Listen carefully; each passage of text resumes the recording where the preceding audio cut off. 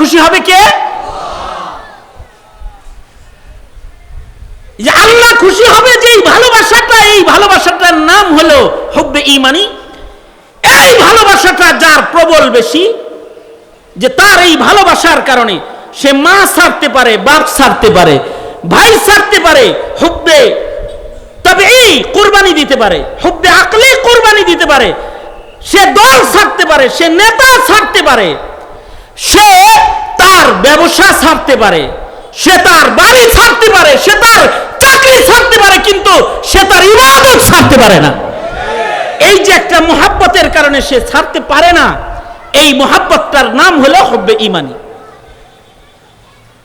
আর এই ঈমানি মুহাব্বতটার পরিমাণ হৃদয়ে কতটুকু হইতে হইব, এই ঝুড়িটা কতটুকু হইতে হবে?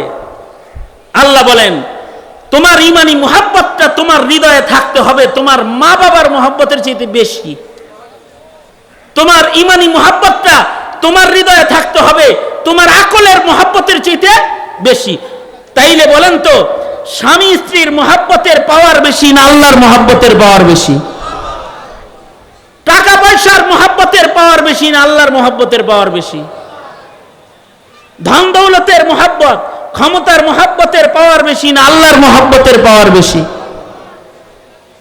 যদি কারোর আল্লাহর মুহাব্বত অথবা আল্লাহর প্রেম তার দলের কাছে শেষ হয়ে যায়, অথবা তার টাকার কাছে শেষ হয়ে যায়, অথবা তার ইজ্জতের কাছে তার আল্লাহর প্রেম মুহাব্বত যদি জলাঞ্জলি চলে যায়, যদি তার পরিবারের কারণে আল্লাহর মুহাব্বতের কোনো ঘাটতি হয়, তাহলে সে পরিবার প্রেমী হতে পারে, দল প্রেমী হতে পারে, ইমানদার হতে সে পারে না।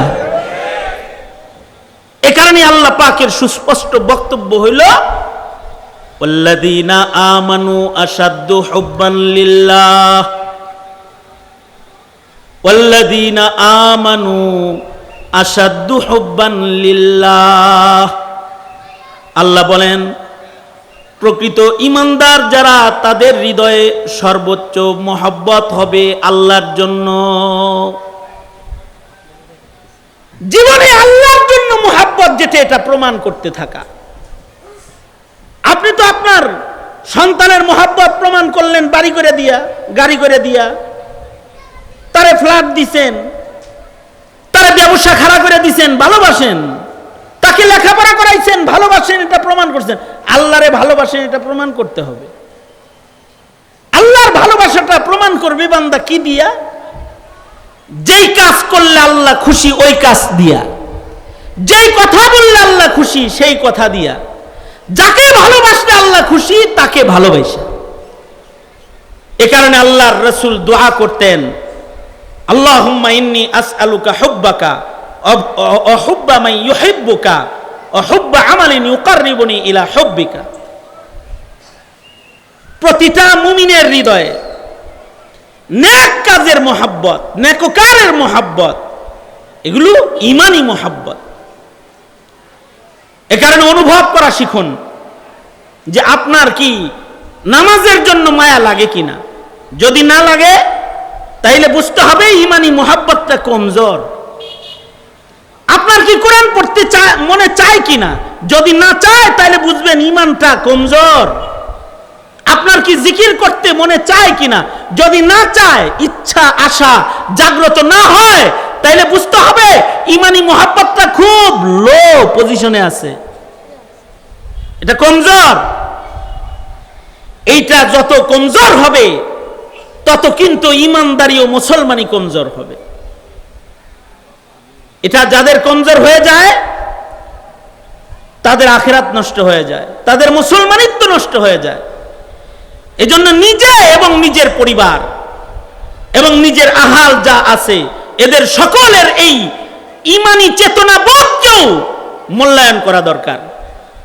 তাদের ঈমানি চেতনা বোধ, ঈমানি ভালোবাসা বৃদ্ধি কিভাবে হয় মেহনত করা দরকার।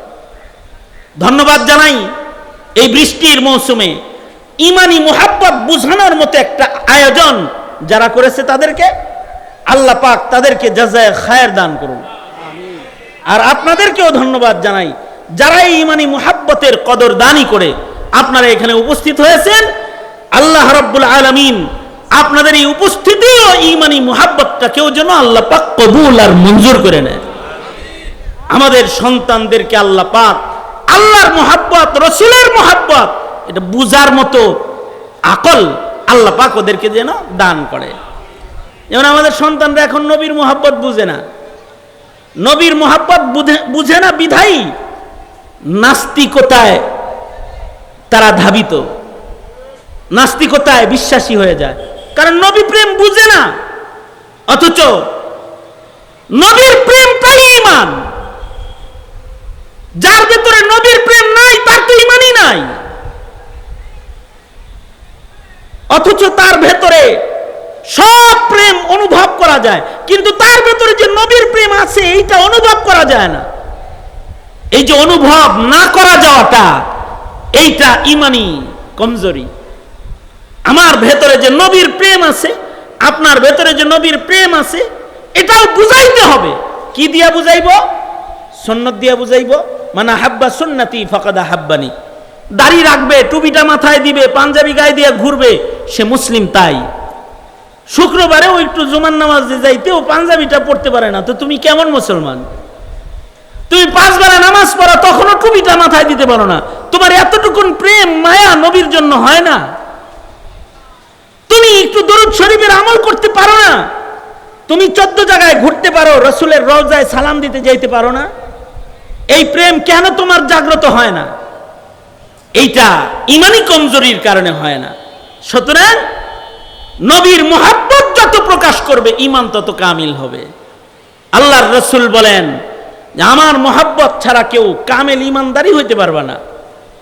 আল্লাহ রাসূলুল্লাহি সাল্লাল্লাহু আলাইহি ওয়াসাল্লাম লা ইউমিনু আহাদুকুম হাত্তা আকুনা আহাব্বা ইলাইহি মিন ওয়ালিদিহি ওয়া ওয়ালাদিহি ওয়ান নাসি আজমাইন। আল্লাহর রাসূল বলেন তোমরা কামিল ঈমানদার ততক্ষণ হতে পারবে না যতক্ষণ পর্যন্ত হুব্বে তাবঈ, হুব্বে আকলি, এই সব মুহাব্বতের চাইতে আমি রাসূলের মুহাব্বতকে উপরে না উঠাইবা। সন্তানকে বুঝাইতে হবে তোমার রাসূল আছে, তোমার রব আছে, তাকে ভালোবাসো। তাকে বুঝাইতে হবে তোমার দ্বীন আছে, দ্বীন, দ্বীনের মুহাব্বত ঈমান, দ্বীনের মুহাব্বত। দ্বীনকে ভালোবাসতে হবে জীবনের চাইতে বেশি। এমনকি রাসূলকেও নির্দেশনা, হে রাসূল আপনার জীবনের চাইতে আমার দ্বীনকে বেশি ভালোবাসেন। এ কারণে নবী রাসূলগণ দ্বীনের জন্য নিজের জীবন দিয়েছে, কিন্তু দ্বীনকে মিটে যাইতে দেয় নাই। তুমিও মুসলমান,